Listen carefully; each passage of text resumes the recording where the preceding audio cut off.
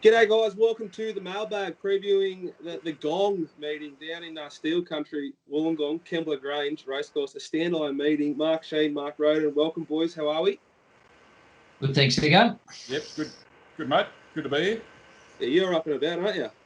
Yeah, just got Prospero home at $12 on the fare about 5 minutes ago, so going into the weekend with a bit of confidence. The only bet all day I missed, absolutely sick. That's why it won. Yeah, well, that's not a good sign for us going forward because I plan to back everything you send. As always, powered by punnyform.com.au and hydrated by Goat Lager. My end, the boys just over there ready to find you a few winners. We're going to go through the Quaddie legs at Kembla, kicking off his race 6, 1200 metre race. Who wants to kick us off here? Well, look, I think we have to talk about the track firstly. This was a heavily leader-biased meeting last year. We haven't raced on this inside section since September, so about 2 months. So I think we're going to have to watch a couple of races early. Hopefully it doesn't turn out like it did last year where it was impossible to make ground. Has there been enough rain recently for them to sort of naturally irrigate, or are they going to have to artificially water it? No, it hasn't been raining here, mate, so maybe they've hooked in with a bit of artificial stuff, but as I said, we'll just have to watch a couple of races maybe early in the day to see how the track plays. What did you think of it, mate? Yeah, you're dead right. That meeting last year was very up the inside. There's been a few dry track true rails since, which haven't been as bad, but rail's certainly going to be in play, I think, one way or the other. Okay, we've got race number 6. I thought Intrepidatious, she's up a little bit in weight and drawn wide, but I think it's absolutely flying. Its first up win was outstanding, and then it's been back to the trials a couple of times. Ran very fast time at Ramick the other morning, and liked the way she sprinted off the bend there, ran a very fast sectionals. As I said, she's gone up in the weights here, but I think she's come back a much better horse, and I've got her on top. And I'm very wary of Stolen Jade. Mare in form is jumping a bit in class from a Canterbury night meeting, but she did lead one off the fence by half length all the way and still ran away and ran about a half a second faster than the other race over the same trip on the night. So, and she looks to have come back much better as well. So that's the way I'm going. McClure, in my opinion, doesn't look to have grown a great deal. They have put the pacifiers on her, I think, from that last meeting where she was a bit toey in the yard and went round with the pony. So I think a lot will depend on her parade on the day as well. But I'd prefer to bet around her or just have a look at her in the yard to start with anyway. So you will be heading down to Kembla? No, I'm not going myself, mate. I'll be on the TV. It's not that bad once you get used to it. You just got to avoid getting frustrated by not seeing horses with double figure silk. Can't do much about it.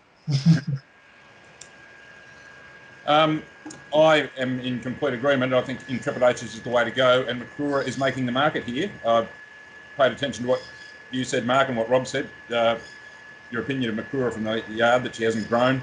I'm not crash shot on her form anyway, apart from that win in the Rose Hill anyway. So I think she's pretty heavily discounted here. I think Intrepidatious should be favourite.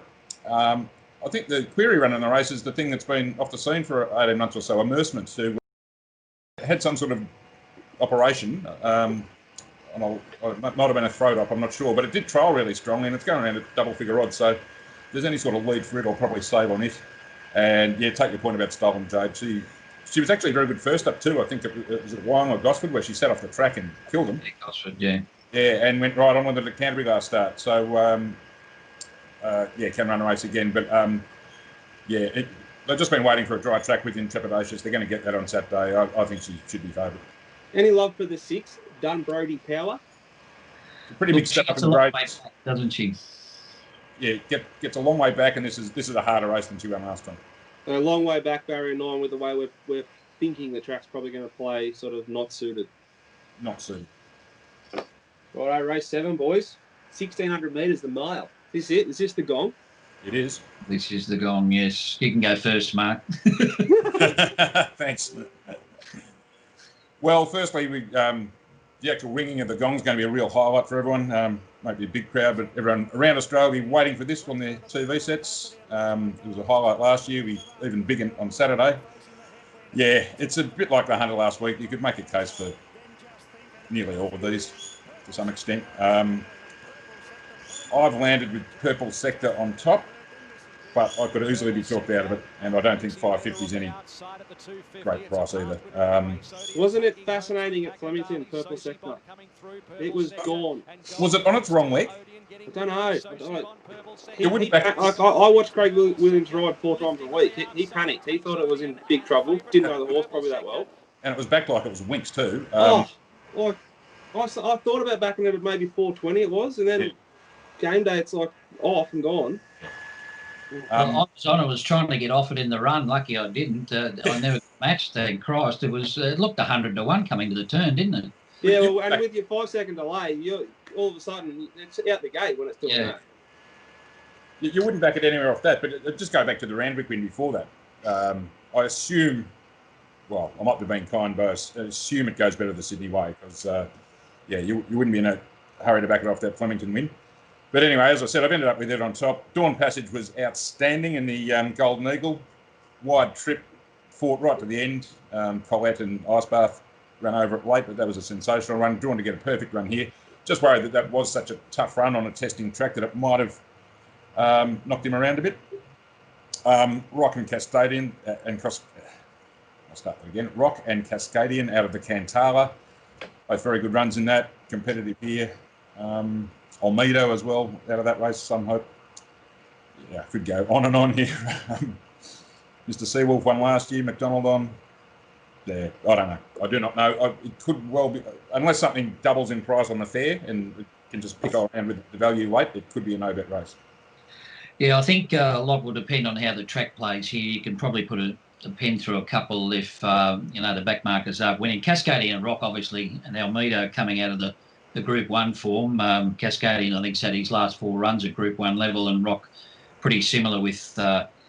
But they're both back markers, and if the track turns out to be on pace, they're probably going to be up against it. Dawn Passage drawn well, but probably needs to draw well to run a strong 1,600 metres. I've fallen on Purple Sector as well. Just going back on that win at Randwick where he ran an outstanding section, only Classique Legend running a faster last 3 of the day.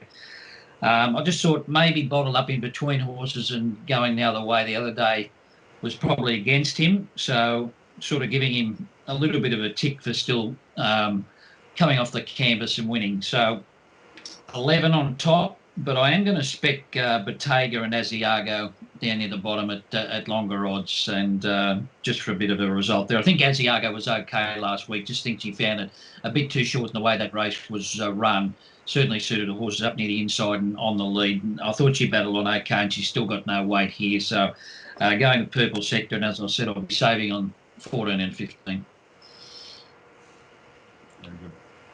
Right, race 8, another race over the mile. Bertabeck, another Victorian or New South Welsh horse, but last start winner in Victoria. Races here. Can it win again? Barrier 1. Well, this is another one that's a back marker. He's not a good beginner, so Barrier 1, he could be giving them a big start. So again, I think track's a major importance here. Mark, what do you think? Yeah, Gate 1's a plus, I suppose. You'd rather be back rail than back 3 wide. Yeah. If it plays how we assume. But I couldn't get her I couldn't get it as short as the market Bertabeck anyway. Yeah. It hemorrhaged at Flemington. Like, oh my god. That's because you've had too much on, that's why. No.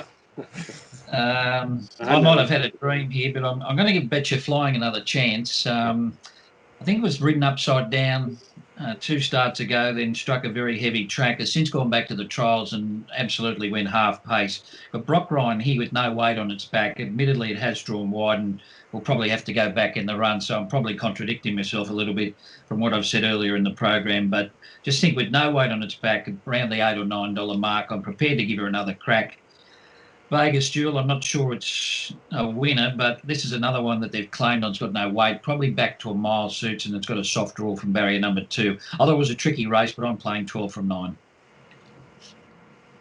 Yeah, I've found, but it's going to depend on track, as you say. Matawi, huge jockey change on this one, totally unsuited in the slow pace last week, and at his best, but he looked like he was going to beat Lormy in, I think it was 3 starts ago. that sort of form's good enough to be competitive in this. I think I've half missed the boat here. It went up bigger than this, and it's into about 650 now. I think it was about 850 first call. I think it's got a chance. I do think it's an even race, however. I found Betcha Flying as well, depended on map. That was throttled in that trial with 50.5 kilos. With any sort of run, I think it's in the race. Elaborate. I think it's around its right price, but I wouldn't be marking it down too much for wet to dry, because it has got some reasonable dry form in its past. It's just done a lot more of its racing on wet tracks over its last two preparations, but I don't think it's legless on dry, and Nash is on, so I'd give it a chance too. Birderbeck, as I said, I can't get as short as the markets, and I thought Soldier of Love would improve as well. Was probably in the wrong part of the track at Goulburn in the Cup last time, but yeah, pretty even sort of race. Vegas Duel actually drawn to get a pretty good run. This jockey's really struggling to find his feet in Sydney too. I don't really want to be backing him when he's on a horse in the market at this stage. So, yeah, at this stage, Matawi, but all going to come down to pattern on the day. Race 9, 400 metres. We finish off here, boys. The map looks a bit tricky to me. Yeah, well, I think probably Peyton Place and Rule the World would be the two that would press forward. Chock Alert will try and roll forward as well. They're the ones I had on speed. What do you think, mate? Yeah, those two leaders. Look, Greek Hero, if it runs, might try and make use of two, get up a bit closer. Same deal with Miss Steed, who wasn't all that far away in the run. It was probably midfield last time. I thought Papal Warrior, ridden with any intent, could probably get 1-1 or something like that, or 1-2. So, yeah, but I think Rule the World and Peyton Place are the designated leaders for sure. I'm going to go for Greek Hero if he does run here. I think the booking of Nash probably suggested it will run here. He is the main rider for Dynamics Indications. This horse has only had the one start in Australia on a dry track. He was able to win. He's had two very hard-held trials on top of the ground. They've been scratching him to dodge wet tracks. He's got a soft draw here, barrier number 2. Looks to be good speed in the race to my eye, and I think he'll be pretty hard to beat. The query in the race for me is Rule the World. He stopped as if shot his last two starts. He has trialled okay. He's been very deep in both trials and been ridden right out. It's hit the line all right, but second place might be a bit of a pest to him here. He likes to roll along, so they might put a bit of speed on and put it on for something at the back to come over them. Righto, boys. Got a best bet, a value, or a lay? I'll just put my two bob in for the last before we get on to that. Sorry, mate. That's all right. Papal Warrior, I think that's a very good run here, but it's in exactly the same boat as Greek Hero. It's entered at Rose Hill tomorrow, and the jockey booking doesn't tell us much because it's T-Berry Saturday and B. Abdallah Friday. It could easily go either way. Are these double noms a bit of a one-off because of this Rose Hill meeting for you? Yeah, well, we get a fair bit of Canterbury Knights this time of year too, but it does seem to be more than usual this week, yeah. Papal Warrior, if it starts, I think I'll be backing. Greek Hero, Obvious Danger, Rule the World, Obvious Query. Knight of Power with McDonald on first up, thought was trying okay too. Been gelded. Sorry?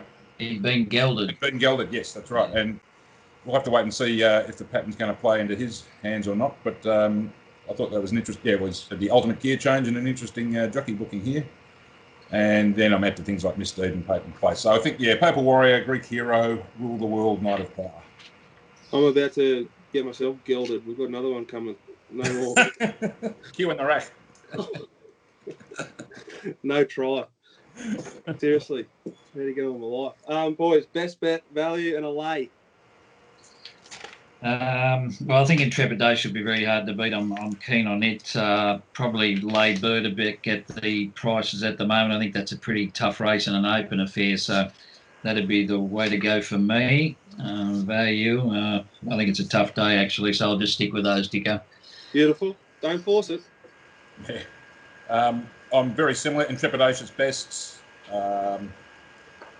Matawi was the best value. You say Betcha Flying could be the value now, maybe. Don't really know about a load. Birderbeck, if anything, of the races I've done so far with the 18 or whatever it is, metro races over the next 2 days. I've still got a fair bit to get through.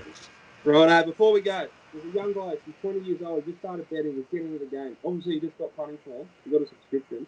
What's one tip you'd give him? The one tip. I'd say discipline. Discipline. You can't chase. You got to just cop it sweet sometimes. If you do your money, just got to stick to your plan and back your opinion. I'd say use your network and listen and learn. I thought I knew everything when I was 20, and I knew absolutely next to nothing. So, and it was only through talking to people and being taught by people that I made any headway at all. So that'd be my tip. Love it. All right, boys. Good luck on Saturday. Good luck tomorrow night in the twilight meeting at Rose Hill. I'm looking forward to that.